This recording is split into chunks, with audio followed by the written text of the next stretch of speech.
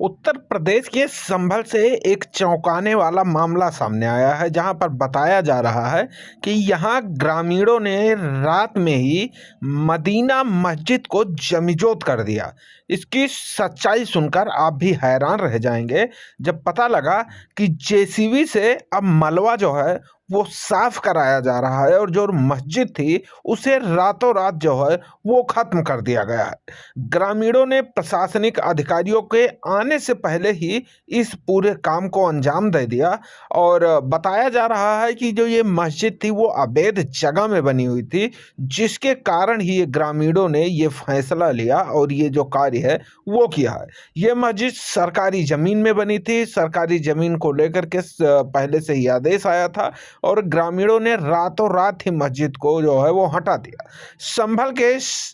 सलेमपुर सलार उर्फ हाजी गांव में करीब 439 वर्ग फीट की जमीन है और इसी जमीन पर मस्जिद बनी थी। चकबंदी प्रक्रिया के तहत साल 2000 में गांव के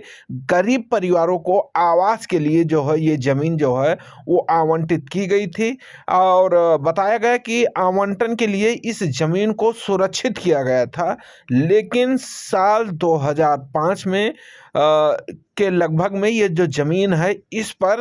मस्जिद जो है वो बना लिया गया। ये भी बताया गया कि इस ज़मीन पर अवैध रूप से कब्जा कर करके और मस्जिद का निर्माण कर दिया गया, जिसके बाद जब मामला संज्ञान में आया, सारी चीज़ें हुई, जांच पड़ताल हुई और उसके बाद में लेखपाल की रिपोर्ट 14 जून 2025 के आधार पर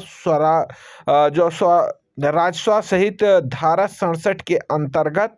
कार्रवाई की गई। इसमें जो है वो मुअत्तली हाजी समीम को जो है सुनकर कार्रवाई की गई और बताया गया कि इस मामले में जो है वो कार्रवाई की जाएगी या तो इसे खाली कर दिया जाए। और जिसके बाद में फिर